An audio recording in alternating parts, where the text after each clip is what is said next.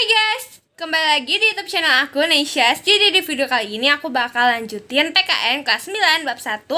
Yaitu di video kali ini kita akan bahas dinamika nilai-nilai Pancasila sesuai dengan perkembangan zaman. So, langsung saja kita mulai.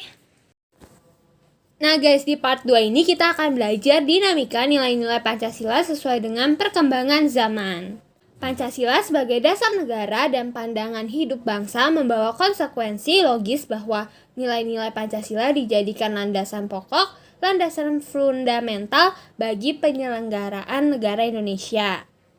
Nilai dasar Pancasila adalah nilai ketuhanan, nilai kemanusiaan, nilai persatuan, nilai kerakyatan, dan nilai keadilan.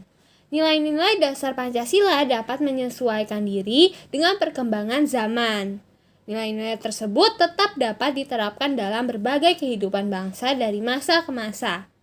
Hal tersebut dikarenakan Pancasila merupakan ideologi yang bersifat terbuka. Nah, tahukah teman-teman apa sih itu ideologi terbuka? Lalu bagaimana keterbukaan nilai-nilai Pancasila? Nah, pertanyaan-pertanyaan tersebut dapat kalian ketahui jawabannya setelah kalian mempelajari materi berikut ya. Nah, yang pertama kita akan belajar hakikat ideologi terbuka. Terdapat beberapa pendapat para pakar yang memberikan definisi ideologi, diantaranya yang pertama Surjanto Puspowardoyo mengemukakan bahwa ideologi merupakan konsep pengetahuan dan nilai yang secara keseluruhan menjadi landasan bagi seseorang atau masyarakat untuk memahami jagat raya dan bumi seisinya serta menentukan sikap dasar untuk mengolahnya. Nah guys, yang kedua ada menurut Mubiarto mengemukakan bahwa ideologi adalah sejumlah doktrin kepercayaan dan simbol-simbol sekelompok masyarakat atau satu bangsa yang menjadi pegangan dan pedoman kerja atau perjuangan untuk mencapai tujuan masyarakat atau bangsa. Lalu kalau menurut Patmo Wahjono, bahwa ideologi merupakan kesatuan yang bulat dan utuh dari ide-ide dasar sebagai suatu kelanjutan atau konsekuensi logis dari pandangan hidup berbangsa dan akan berupa seperangkat tata nilai yang dicita-citakan akan direalisasikan di dalam kehidupan berkelompok. Lalu kalau menurut Frans Magnus Suseno, definisi ideologi dalam arti luas dan arti sempit. Di dalam arti luas, ideologi sebagai segala kelompok cita-cita, nilai-nilai dasar, dan keyakinan-keyakinan yang dijunjung tinggi sebagai pedoman normatif.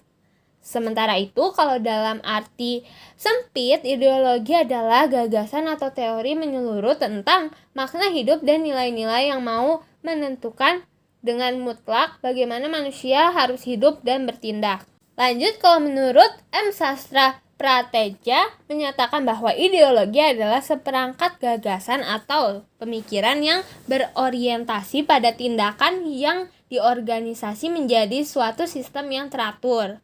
Dengan demikian, ideologi membuat 3 unsur, yaitu adanya suatu penafsiran atau pemahaman, adanya seperangkat nilai atau preskripsi moral, serta adanya suatu orientasi pada tindakan. Kalau menurut Ensiklopedia Populer Politik Pembangunan Pancasila, ideologi merupakan cabang filsafat yang mendasari ilmu-ilmu seperti sosiologi, etika, dan politik. Dan kalau menurut Kamus Besar Bahasa Indonesia, ideologi diartikan sebagai kumpulan konsep bersistem yang dijadikan asas pendapat yang memberikan arah dan tujuan untuk kelangsungan hidup, cara berpikir seseorang atau golongan. Sebagai ideologi negara, Pancasila merupakan gagasan-gagasan atau ide-ide yang dijadikan sebagai pedoman atau arah dalam mencapai cita-cita bangsa. Setiap bangsa memiliki ideologi yang berbeda sesuai dengan nilai-nilai yang ada di dalam kehidupan bangsa.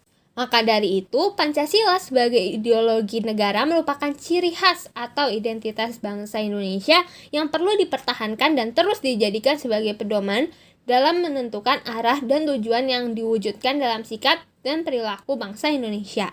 Jika Pancasila tidak diwujudkan atau diamalkan dalam kehidupan sehari-hari oleh bangsa Indonesia, maka bangsa Indonesia akan kehilangan jati dirinya, guys. Sebagai suatu sistem pemikiran, ideologi sangatlah wajar jika mengambil sumber dari pandangan dan falsafah hidup bangsa. Hal tersebut akan membuat ideologi tersebut berkembang sesuai dengan perkembangan masyarakat dan kecerdasan kehidupan bangsa. Artinya guys, ideologi tersebut bersifat terbuka dengan senantiasa mendorong terjadinya perkembangan pemikiran baru tentang ideologi tersebut tanpa harus kehilangan jati dirinya. Kondisi ini akan berbeda sama sekali jika ideologi tersebut berakar pada nilai-nilai yang berasal dari luar bangsanya atau pemikiran perseorangan. Dengan kata lain, ideologi tersebut bersifat tertutup. Ciri khas ideologi terbuka adalah nilai-nilai dan cita-citanya tidak dipaksakan dari luar, melainkan digali dan diambil dari kekayaan rohani, moral, dan budaya masyarakat itu sendiri. Dasarnya dari konsensus masyarakat tidak diciptakan oleh negara, melainkan ditemukan dalam masyarakat sendiri. Ideologi terbuka mempunyai banyak sekali keunggulan dibandingkan dengan ideologi tertutup. Keunggulan tersebut dapat kita temukan dengan cara membandingkan karakteristik kedua ideologi tersebut. Ideologi terbuka tidak hanya sekedar dibenarkan, melainkan dibutuhkan oleh warga negara. Hampir dapat dipastikan, negara yang menganut sistem ideologi tertutup seperti negara komunis mengalami kehancuran secara ideologis. Dalam arti, negara tersebut tidak mampu membendung desak-desakan yang muncul baik dari dalam maupun dari luar negaranya. Pada akhirnya guys, ideologi negara tersebut ditinggalkan oleh masyarakatnya sendiri. Yang kedua, kita akan bahas kedudukan Pancasila sebagai ideologi terbuka. Pancasila berakar pada pandangan hidup bangsa dan falsafah bangsa sehingga memenuhi prasyarat menjadi ideologi yang terbuka. Keterbukaan Pancasila mengandung pengertian bahwa Pancasila senantiasa mampu berinteraksi secara dinamis.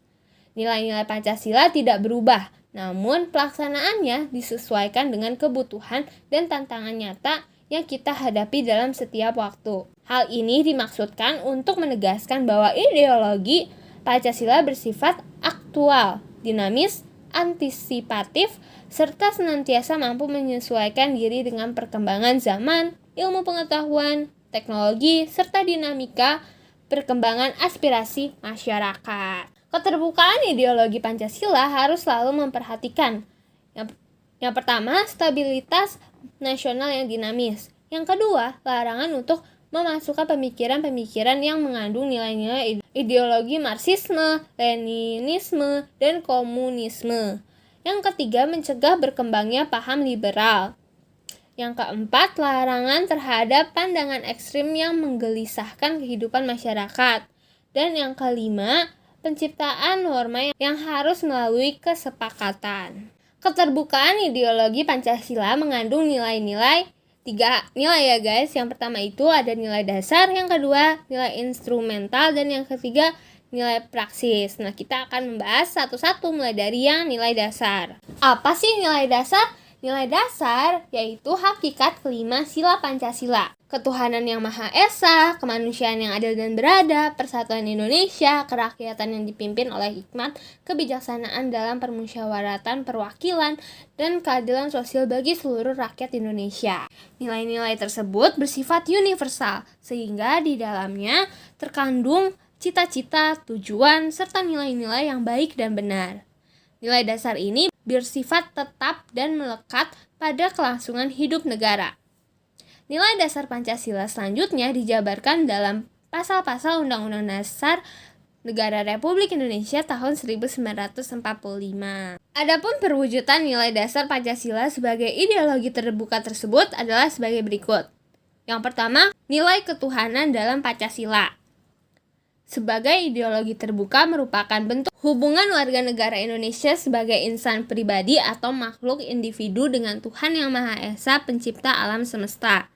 Bangsa Indonesia sebagai bangsa yang religius atau bangsa yang beragama memiliki keyakinan dan kepercayaan terhadap adanya Tuhan Yang Maha Esa. Hal tersebut dibuktikan dengan pemelukan salah satu agama yang diakui negara atau menganut aliran kepercayaan tertentu terhadap Tuhan Yang Maha Esa. Nah, yang kedua, nilai kemanusiaan dalam Pancasila. Kita kan manusia tidak dapat hidup sendiri, maka kita harus menjalin sikap kekeluargaan, saling tolong-menolong, saling menghargai, tanpa membedakan suku, agama, ras, antar golongan maupun antar bangsa. Yang ketiga, nilai persatuan dalam Pancasila. Ini merupakan hubungan warga negara terhadap bangsa Indonesia. Jadi guys, kita sebagai warga negara harus menaati Undang-Undang Dasar sebagai wujud rasa kita cinta tanah air kita nih guys, dan mengutamakan kepentingan bangsa di atas kepentingan pribadi. Yang keempat, nilai kerakyatan dalam Pancasila. Nah, ini maksudnya setiap warga itu memiliki hak dan kewajiban untuk ikut serta dalam pemerintahan. Yang kelima, nilai keadilan dalam Pancasila. Nah, ini merupakan hubungan warga negara Indonesia dengan kesejahteraan serta keadilan dalam kehidupan bermasyarakat, berbangsa, dan bernegara. Jadi setiap warga negara itu berhak untuk meningkatkan taraf hidupnya ke arah yang lebih baik dengan berusaha dan bekerja keras, terus menerapkan pola hidup sederhana, berlaku adil, serta menghargai karya orang lain. Nah guys, kita lanjut ke nilai yang kedua ya guys, yaitu nilai instrumental. Ini merupakan penjabaran dari nilai-nilai dasar ideologi Pancasila berupa peraturan perundangan dan lembaga pelaksanaannya. Contohnya Undang-Undang Dasar, ketetapan MPR, Undang-Undang, serta peraturan perundang-undangan lainnya. Ini dapat disesuaikan dengan perkembangan zaman dan aspirasi masyarakat berdasarkan nilai-nilai Pancasila ya guys. Yang ketiga, nilai praksis. Ini merupakan realisasi dari nilai-nilai instrumental yang berupa suatu pengalaman nyata dalam kehidupan sehari-hari dalam bermasyarakat, berbangsa, dan bernegara.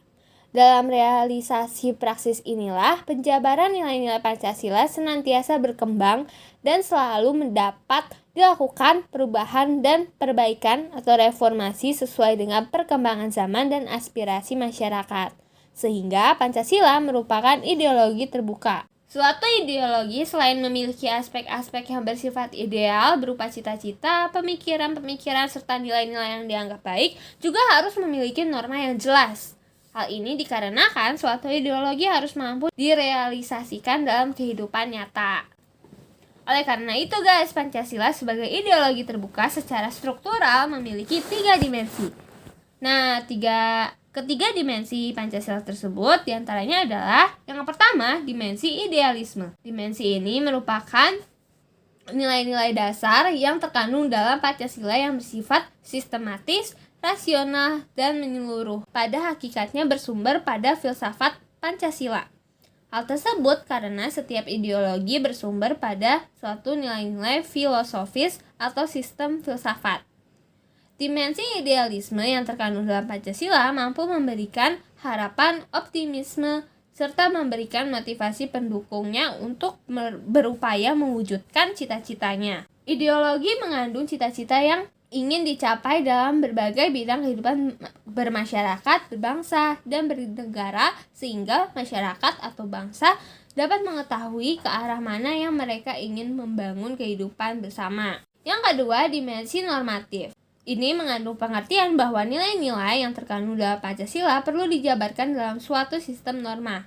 Artinya, Pancasila terkandung dalam pembukaan Undang-Undang Dasar Negara Republik Indonesia tahun 1945 yang merupakan tertib hukum tertinggi dalam negara Republik Indonesia serta merupakan taat fundamental norm atau pokok kaidah negara yang fundamental. Dengan kata lain, agar Pancasila mampu dijabarkan ke dalam langkah-langkah yang bersifat operasional, maka perlu memiliki norma atau aturan hukum yang jelas.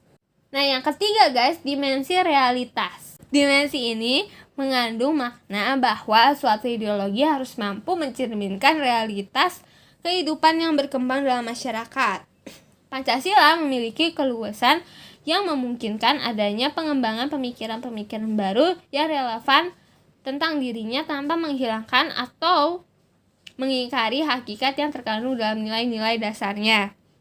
Oleh karena itu, Pancasila harus mampu dijabarkan dalam kehidupan masyarakatnya secara nyata, baik dalam kehidupan sehari-hari maupun dalam penyelenggaraan negara. Oke guys, gitu dulu video pembahasan aku kali ini. Terima kasih sudah menonton. Jangan lupa untuk like, comment, share, and subscribe. Dan jangan lupa untuk nonton part selanjutnya ya. Bye!